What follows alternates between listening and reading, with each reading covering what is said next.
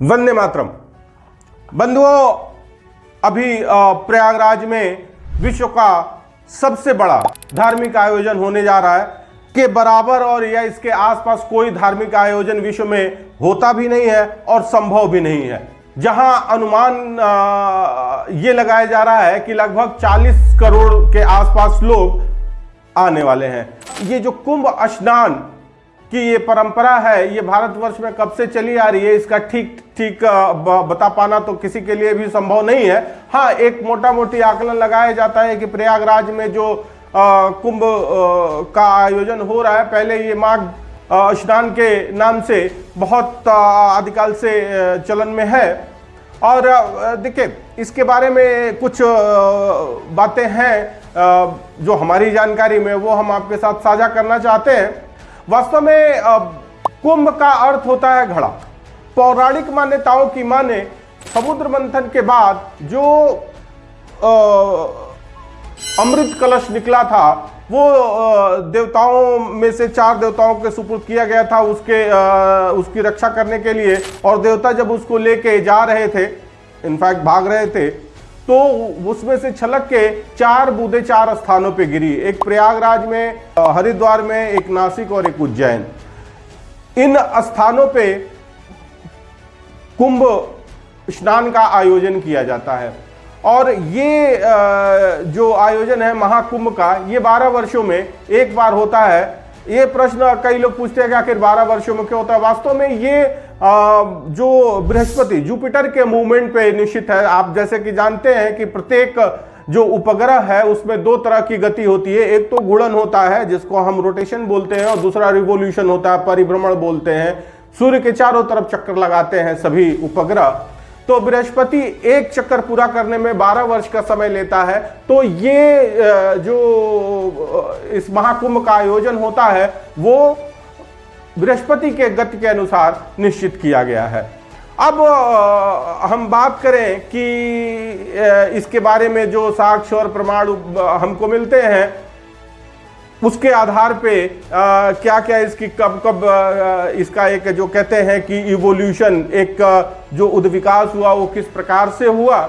तो आप देखिए, भारतवर्ष में जो शुद्धिकरण की प्रक्रिया है स्नान के माध्यम से, वो कब से है ये कहा नहीं जा सकता। आदि का जितनी भी खुदाइयां हुई है पुरातत्व विभाग के अंतर्गत या उसके पहले अंग्रेजों के समय में, उसमें जैसे चाहे वो मोहनजोदड़ो हो, चाहे हड़प्पा हो, चाहे लोथल हो, चाहे कालीबंगा हो, चाहे नौदा टोली हो, चाहे राखीगढ़ी हो, कहीं भी जहां भी खुदाई हुई है, वहां का एक जो हम कहें कि मुख्य स्थान, वो सामूहिक स्नानागार है। और ये माना जाता है कि विशेष स्थितियों में, विशेष आयोजनों में, शुद्धिकरण के लिए, धार्मिक आयोजनों में यहाँ सामूहिक स्नान की व्यवस्था रहती थी। तो ये जो शुद्धिकरण की हमारी एक मान्यता है, ये आदिकाल से चली आ रही है। अब आगे हम देखेंगे कि इसमें इसके क्या क्या पहलू हैं, इसके क्या क्या महत्व हैं। तो एक पौराणिक मान्यता ये रही। दूसरी बात यह है कि आगे चल के बहुत सारे लोगों ने इसमें कंट्रीब्यूट किया, और सबसे बड़ा कंट्रीब्यूशन राजा हर्षवर्धन का माना जाता है। वास्तव में जो अभी हम जो 4 तीर्थ स्थानों का हमने नाम लिया, प्रयागराज और हरिद्वार, नासिक और उज्जैन, ये सारे कुंभ के नाम से नहीं जाने जाते थे। अगर हम किसी साक्ष्य की बात करें पौराणिक मान्यताओं को छोड़कर, तो केवल हरिद्वार की जो स्थिति है वो कुंभ स्नान की थी। प्रयागराज तो हमेशा से माघ स्नान के नाम से ही जाना जाता है, रहा था।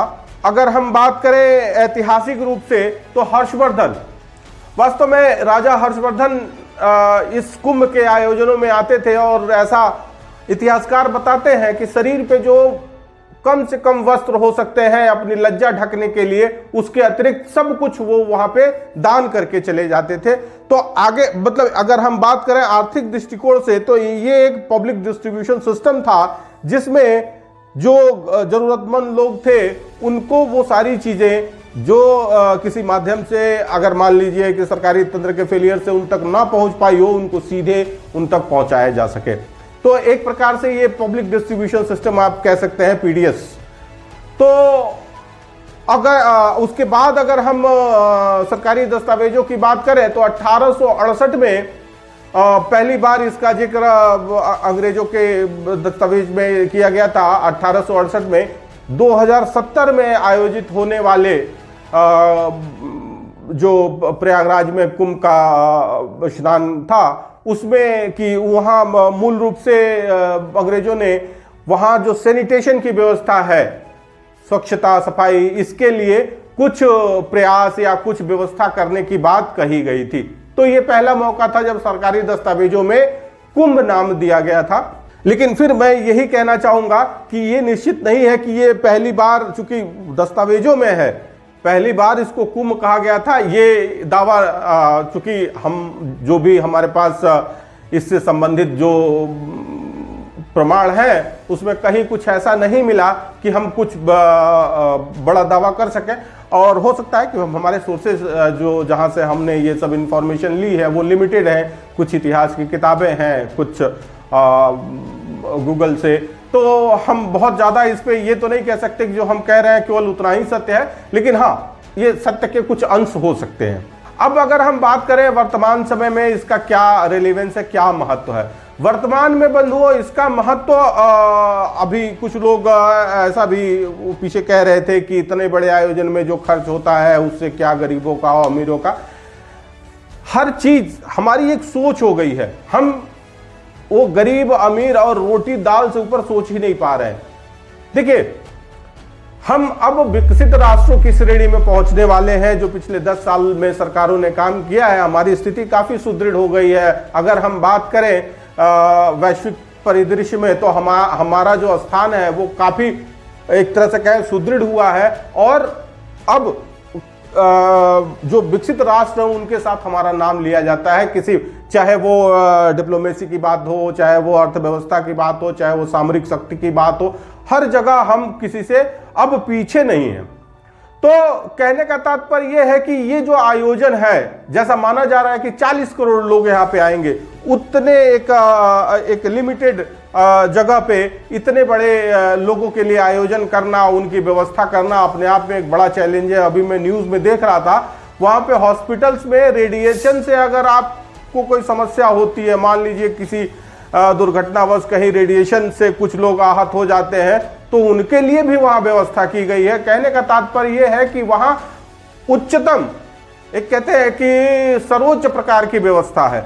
और देश विदेश से इतने सारे पर्यटक आएंगे तो एक अर्थव्यवस्था के लिए तो अच्छा ही है। एक और बात है ऐसे आयोजनों में, देखिए पूर्व काल में भी जो इसका आयोजन किया जाता था उसके पीछे कहीं ना कहीं बहुत प्रकार के कारण। देखिए ये सर्दियों का समय है और कहीं ना कहीं एटमॉस्फेयर बड़ा डिप्रेसिंग रहता है।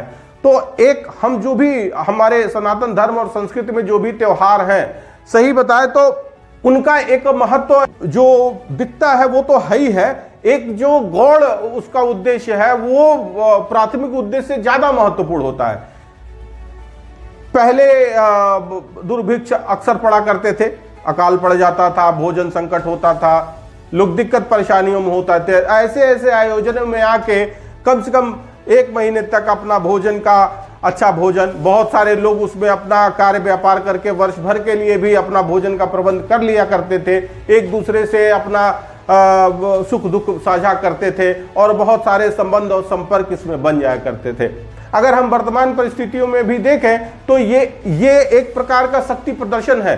इतने छोटे स्थान में और इतने सारे लोगों के लिए एक सफलतापूर्वक आयोजन करना किसी भी राष्ट्र के लिए संभव नहीं है।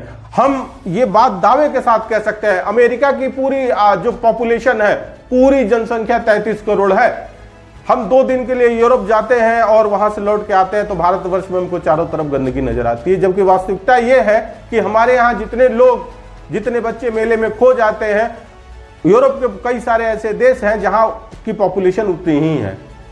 तो कहने का तात्पर्य यह है कि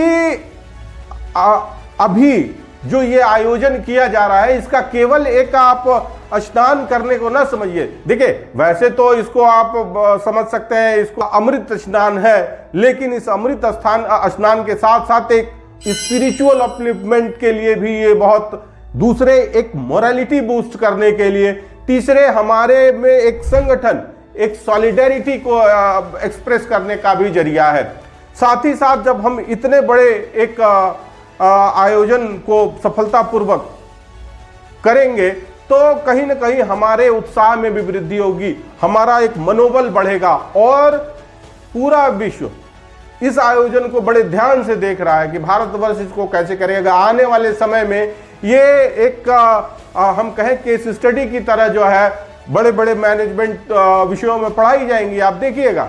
तो कहने का तात्पर्य यह है कि आप इसको केवल एक किसी धार्मिक आयोजन की तरह, भाई धार्मिक आयोजन तो है ही है, लेकिन केवल धार्मिक आयोजन की तरह देखना ये हमारी भूल होगी। इसके कहीं दूरगामी प्रभाव और परिणाम है। अभी आज के लिए इतना ही। उसके बाद अगर फिर हमको कभी लगा या कुछ एडिशनल इंफॉर्मेशन मिली तो हम आपके साथ जरूर साझा करेंगे। आज के लिए इतना ही, धन्यवाद।